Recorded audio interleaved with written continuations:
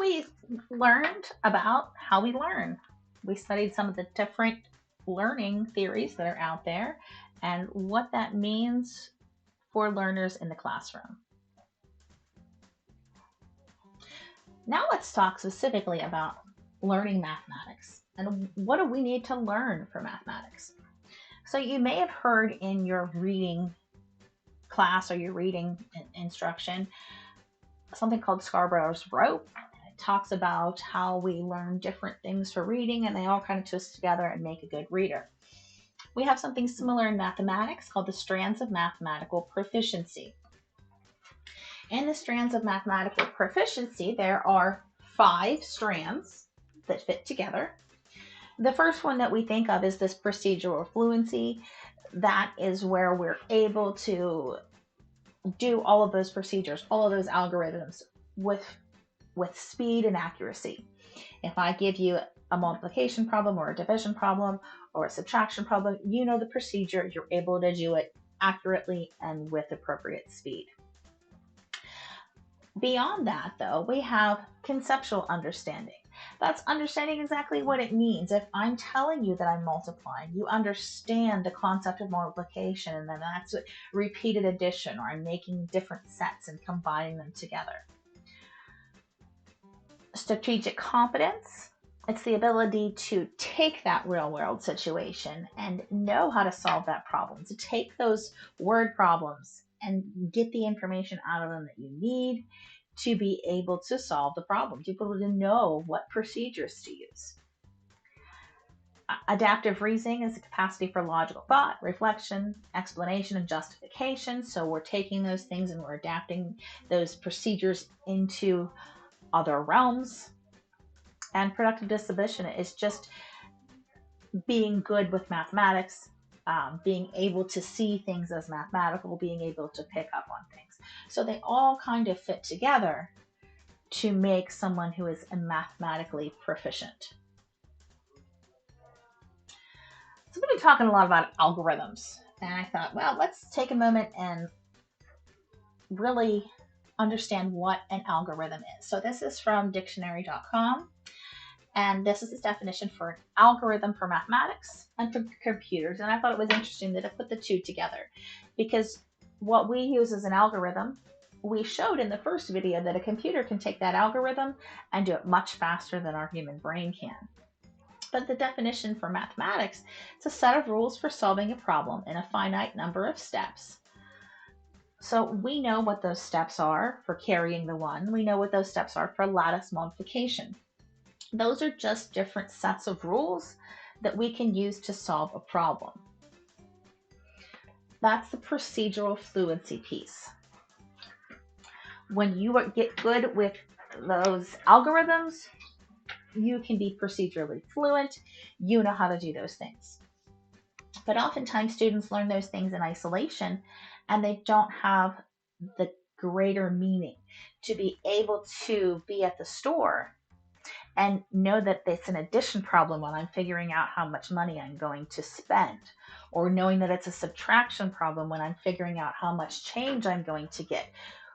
That's where we need to teach those underlying strategic skills, the concepts, to make sure that they really truly understand what that math is for. Because if you think about it in the real world, they're not going to get a worksheet with addition problems or subtraction problems or multiplication problems. They're going to be out in the real world and have to get the information that they need and essentially solve those word problems, those real world problems on their own. So that's what we want to prepare them for.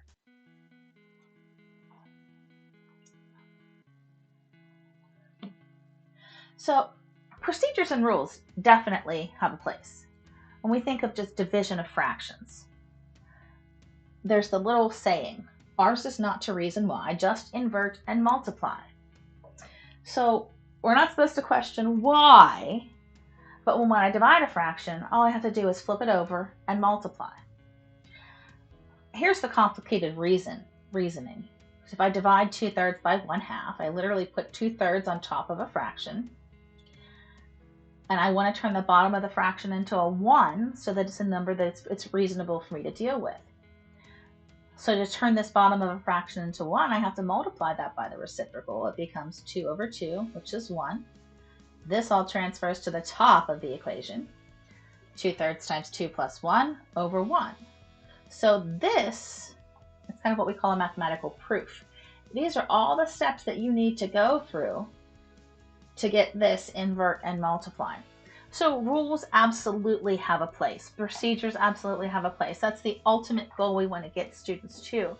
But we have to start with more real world and more concrete before we get to this point.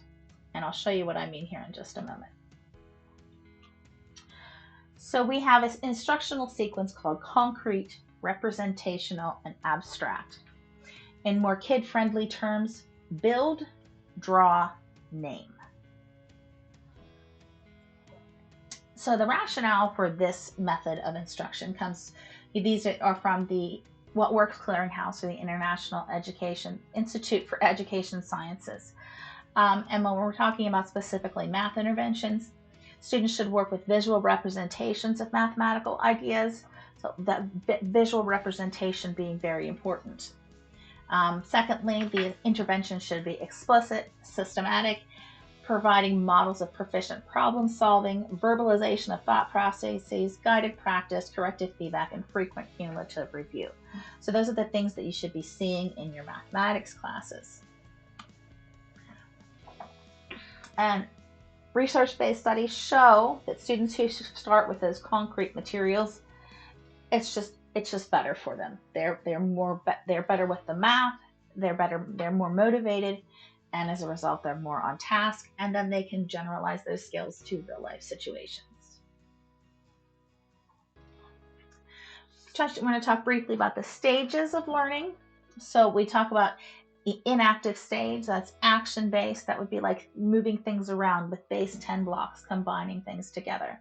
So if we look at the inactive stage here for this problem, how many donuts are in 3 boxes of 12 donuts? We know that's a multiplication problem. So if I have 3 boxes times 10 donuts, I would get my base 10 blocks out and I would actually build that. The iconic is the draw phase, or the representation phase. That's where we're creating a visual. We don't have to use those actual base 10 blocks. We can draw them out.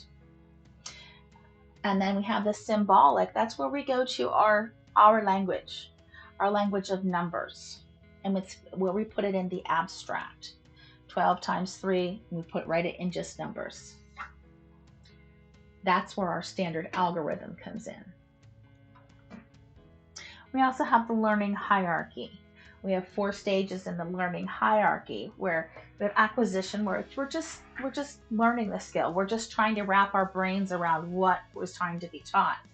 Our goal at this stage is to improve accuracy. We want to figure out what it is we're doing, and we want to do it correctly. When we've got that accuracy built up, we move into a fluency stage. So we're able to do whatever that skill is. We're able to do it, and we're able to do it slowly and accurately.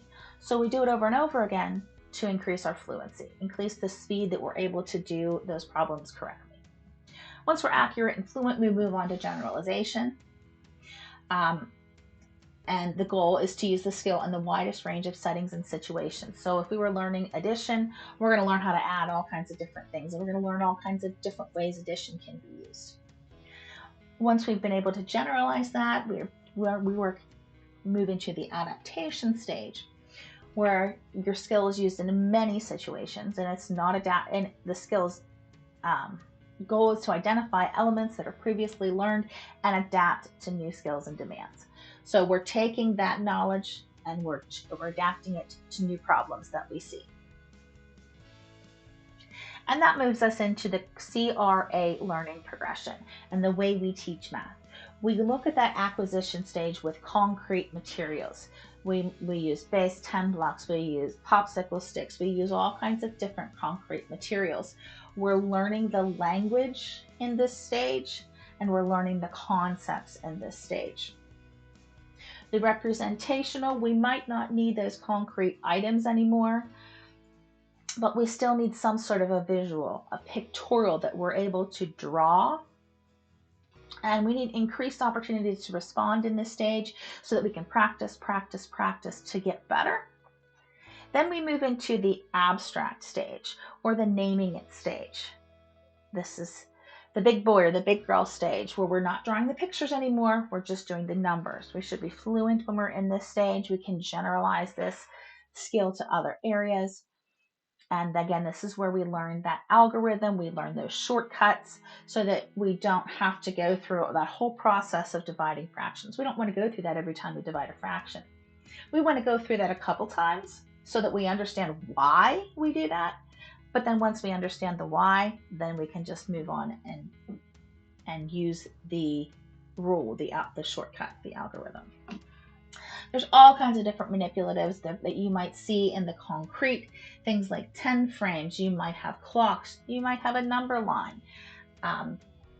All these different types of things can be used as manipulatives to help in the concrete stage. So, just to wrap up,